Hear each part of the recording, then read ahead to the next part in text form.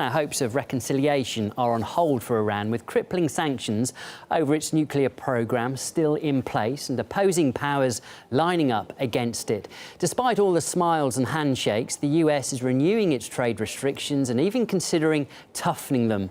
Meanwhile, Iran's most outspoken critic, Israel, seems to have a new partner in France, which shot down last week's tentative deal in Geneva. More details now from RT's Tabang Motse. The pieces are in place. We have time and again said that under no circumstances would we seek any weapons of mass destruction, including nuclear weapons, nor will we ever. Iran and IAEA will cooperate further with respect to verification activities to be undertaken by the IAEA to resolve all present and past issues. Warmer words, thawing relations. Yet, just as the deal in Geneva was on the cards between the world powers and Iran, came concern from France. A surprise move that stalled the talks but earned France new friends in Israel, who'd been the traditional stumbling block up to now. Still smarting from the threats and intense rhetoric of the recent past, Israel refuses to budge. That's a bad deal. It's a dangerous deal because it keeps Iran as a nuclear threshold nation. We are not blind, and I don't think we're stupid. As for the main bargaining chips, the sanctions, lightening up could prove the deal maker. But Congress is having none of it, putting President Obama in a tough spot. I think Rouhani has staked his position on the idea that he can improve relations with the rest of the world. And so far, he's been saying a lot of the right things. If I were the Prime Minister of Israel, I'd be very wary as well of any kind of talk from the Iranians. And then there's the bargaining hammer. Israel building more settlements when things don't go its way, approving more units only last month, leaving U.S. Congress to get trigger-happy with more sanctions. Don't rush into a bad deal with Iran. We already know how Israel's Benjamin Netanyahu feels, advocating his case on Twitter through yet another colorful graphic presentation. And the red carpet will be rolled out for its newfound French friend, President Hollande. It's tough to predict whether the P5+1 will equal unity when they get back around the table next week in Geneva. Tabang Motse, RT, Moscow.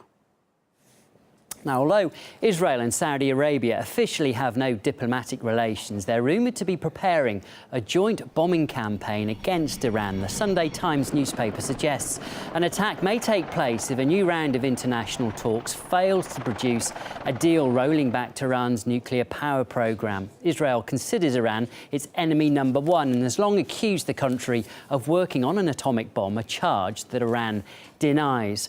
Well, under the strike plan, Saudi Arabia would grant Israel the use of its airspace. It would also assist Israel in the deployment of combat drones, helicopters and tanker planes. The Saudis are furious and are willing to give Israel all the help it needs. That's what an anonymous source allegedly told the British newspaper. Iranian political analyst Saeed Mohammed Marandi joins us live now to give us a bit of comment on this. Thanks very much for coming onto the programme. Why would Saudi Arabia want Iran to be attacked, do you think?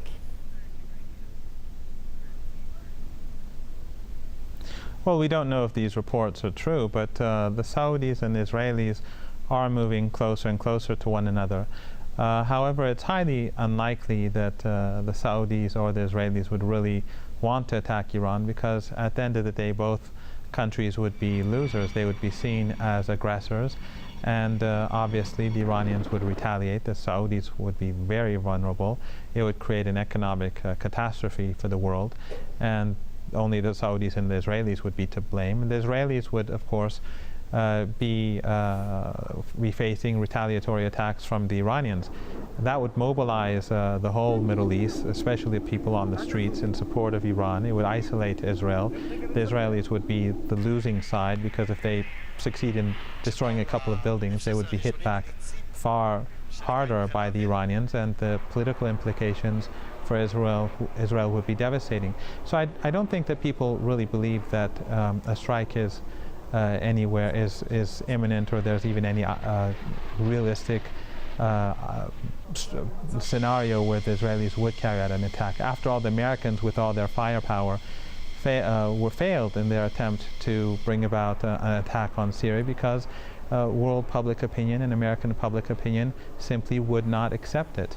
So are you sceptical of this report that's appeared in the Sunday newspapers today in Britain? Yes, I think I'm skeptical. I think that the Israelis and the Saudis, it's clear that they're cooperating at many levels to put pressure on the 5+1 to work against a meaningful agreement. We saw, for example, in the negotiations, the Iranian side was very reasonable. The American side, of course, was discredited because the Americans agreed to one thing, and then when the French came, the French foreign minister, and changed the whole text, the Americans changed their position, and afterwards the American Secretary of State had the audacity to claim that it was the Iranians who were at fault. So I think the international community, and the Russian foreign minister, very much to his credit, pointed this out, that it was the American side and the West that was being dishonest here and untrustworthy, because they accepted one thing, and then the next day after the French foreign minister came, they accepted something very different, and then they were dishonest about it and tried to pin the blame on Iran.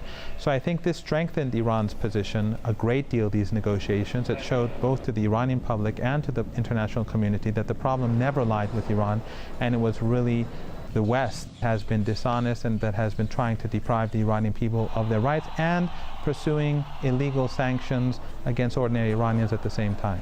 OK, thank you. We do have to leave it there. That's Iranian political analyst Saeed Mohammed Marandi. Thank you very much.